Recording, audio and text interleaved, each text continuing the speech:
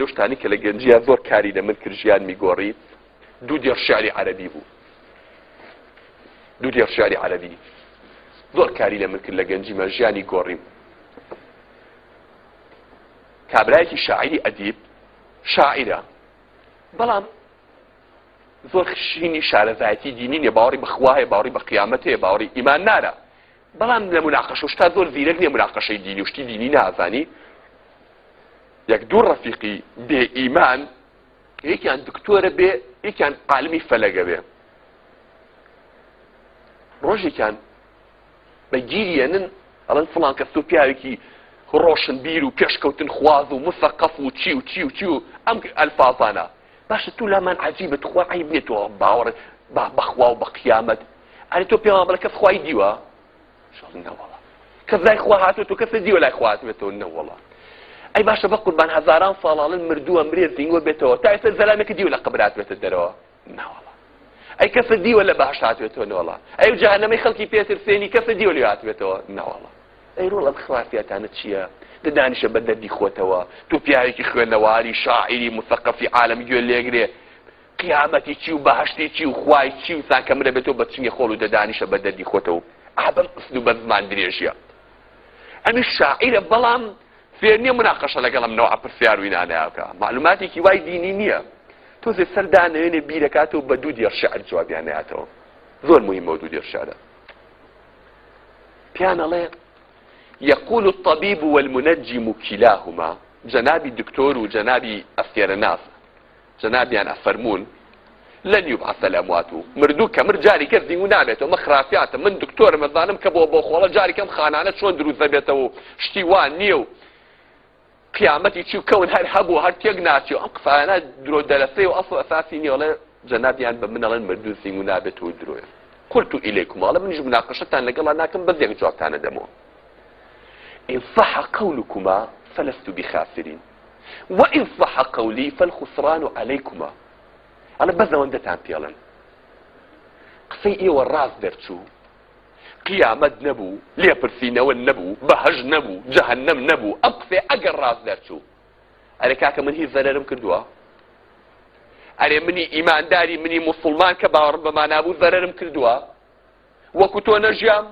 وكتو نخوارت وەکو تۆم لەبەر نەکرد وەکو تۆ کاسبیم نەکرد وەکو تۆ ژنم نێنا وەکو تۆ خانوم نەکرد خۆی گەورە ڕێگەبانی لێ نەگرتوم لە تۆ خۆشتری ژیام نەک وەکو تۆ لە تۆ خۆشتر ژیام بۆ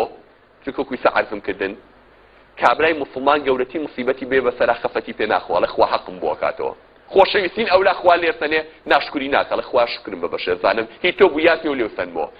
بەڵام کابرای بێ ئیمان یا ئافرەتی بێ ئیمان لەگەڵ مصیبەتێکی بۆ بەسەرا ڕاکە بۆ تەنەکەنەوەتەکە خۆ بسووتێنە ڕاکە بۆ حەبی خەو ڕاکە بۆ حەبینا ڕاکە بۆ عەرەق مێشکی خۆتی پێکاسکە ڕاکە بۆ تلیاک من لە تۆ خۆشتر ژیام من باوەڕم بەوە هەبوو بە ئەمەلەوە ژیام لە ژیانە ئەمە هەر لە دنیایە ئەگەر قسەی تۆ ڕاست دەچوو کاکە بەشی زەرەرم نەکردو بەس قڕب بەسەر جەنابێ لە هەزارە یەک احتیمال دانێ ئەگەر قسەکەی من ڕاست دەچوو جەناب ڕۆح بۆ کێو دەرەکەی دەی عادەی پێم بڵێ تۆ کە باوەڕێ بەخوا و بە قیامەت نەبوو گاڵتە و بەخوا کرد و بە قسەکانی خوا کرد و قورئان محەممەد خۆیاڵی بەستووە ئەی جەنابێ ئەگەر مردی و منکەر و نەکیر هاتنە سەرێ لە قەبرەکەی و قسەکەی من ڕاست دەرچوو ئەی قڕ بەسەر تۆ شەڕ لەگەڵ خوا بۆ کرێ تەحمولی عەزابی خواکەی ئەی تۆش قوڕی کوێکەی بەسەر خۆتە ئەو کاتە کەواتە کاکا بێت تۆ مەمنون بی بێ بەدوای ڕاستیا بگەڕی نەک من لە هیچ لایەکەوە زەرەرم نەکردووە خوشکانی بەڕێز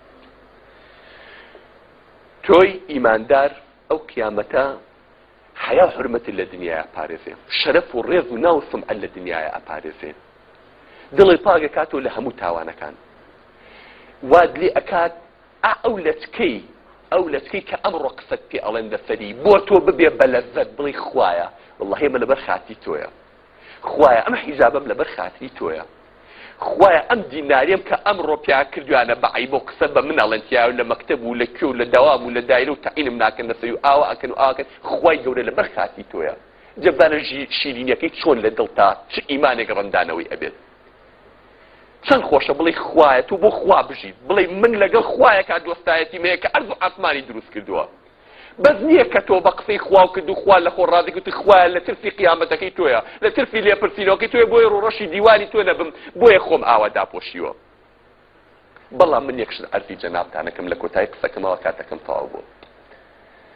پێتان ئەڵێم خوشکە بەڕێزەکان بیکەن بە خاتری خوا.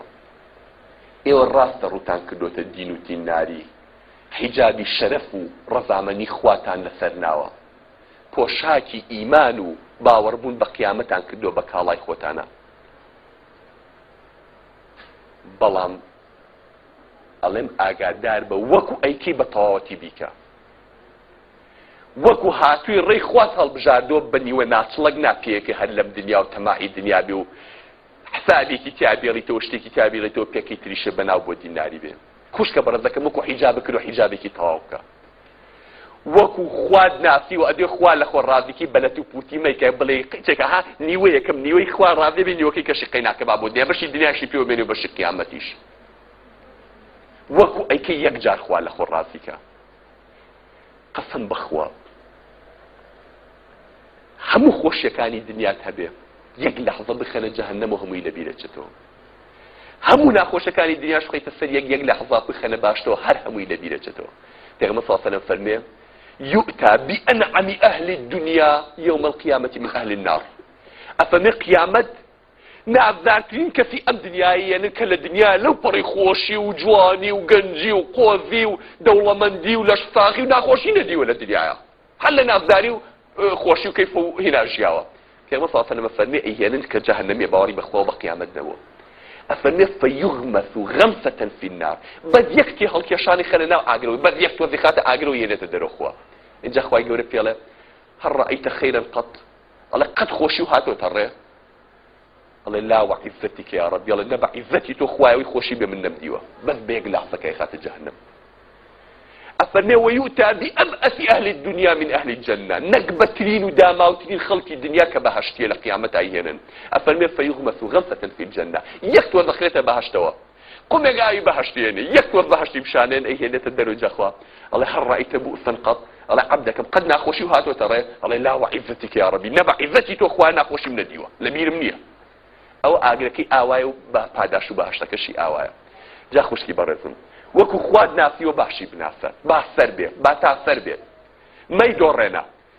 بە کەیفێکی دنیا و بۆ ڕابواردنێکی دنیا لە بیری نەچێتەوە. خوشکە لە چک بەسەرەکە کە چوویتە خارج خوا لە بیر بێ، خوا لە ئەوروپا و لە کوردستانیش هەر خوایە، نەڵێ چوومە ئەوەیتر تاو. لە ماڵی باوکتا لەسکی بەسەرەوە بێ لەبەروی باوکە پێوت و تو چوویتە دەرەوە لەسکەکە کوڵک و باوکم چایتیۆنی ئاخرەگە لەبەر خوا کردوتە خوا چاوی لێتە. بڵێ بان لە حیجابەکەم نیوە بێت و مۆدێلەکانی دنیاشی پێوە بێت و ئەوانەی کە ئەمڕۆ باوێتی و عادەتە و خوای گەورەی توی وا داناوە ئەوەی لە سەفەرکردی حیجابێکی لە سەفەرکردی کە نەبی بە فیتنە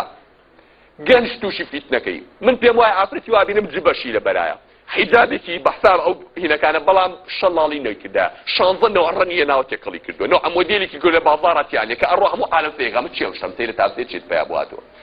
کە وای لێ هات تۆ بۆ ئەمە خواست حیجابی لەسەر فەرز کردی بۆ ئەوی سەرنجی خەڵک ڕانەکێشی، خەڵک تووشی نەظەر و حرام دەبێت کە تۆ خەڵکە تووشیەوە کرد. خۆ فێڵە خوا ناکرێ خوشکەکەم فێڵە خوا ناکرێ، بە ئەو ترسی خوایە لە دڵتا بێ بەڕادەیەک، ترسی ئەو قیامەتە بەڕادەیەک لە دڵتا بێ، پرسیارکە بڵێ شەرع ئەو حیجابی منی چۆن داناوە، بە ئاوا بم بەو شێوە تاکو خوا لە خۆمان ڕازیکەین ئینشاءالله. خوای گەورە هەمومان هیدایەت بە، دڵمان پڕ نور بکات، حیا و حورمەتمان پێ ببەخشێت، مانگێڕێتەوە سەر ڕێبازەکەی محەممەد المصطفى صلات و سەلامی خوای لەسەر بێ. خوایە لەم ڕەمەزانەیە لەم ڕۆژی جمعەیە هەر هەموو دەستی نزا بەرزەکەینەوە بۆ لای تۆ داوا لێکین، ئەڵێ خوایە سپاس بۆ تۆ کە نیعمەتی ئیسلامت پێداین، خوای گەورە سپاس بۆ تۆ کە ئەم حیا و حورمەتت پێداین لە ڕێی ئیسلام و ئەگینا ئێمە نەمانەزانی، ئێمە ژوەکو ئەو خەڵکی ئەوروپا و ئەمریکا ئاوا لە فەسادا غەرقە بووین و ئەبوایە مناڵی زۆڵمان بخسایەتەوە. خوای تەبارەک وتەعالا داوا لێکین ئەم حیا و حورمەتە و ئەم ئیسلامەتی و ئەم ئیمانەت هەتا سەر بێ، عاقبەتمان خێرکی خوای گیان، خوای لە گوناحی گەورە و پیرەکانمان خۆش بیت، گەنجەکانمان هیدایەت بیت، دامەزراومان کە یا رب العالمین لە بەهەشتی بەرینا ڕۆژی قیامەت ئەم خوشکە مسلمانانە، ئەم خوشکە ئیماندارانە لەگەڵ پێشەنگەکان و نمونەکانیان لە خاتو خەدیجە و خاتو عایشە و خاتو فاتیمە و مەریەمەی کچی عیمران و ئاسیە ژنی فیرعون، خوای هەر هەمیان کۆکەیتەوە بە بەهەشتی بەرینیان شاد کە. يقول قولي هذا واستغفر الله لي ولكم وصلى الله على محمد النبي الأمي وعلى آله وصحبه أجمعين.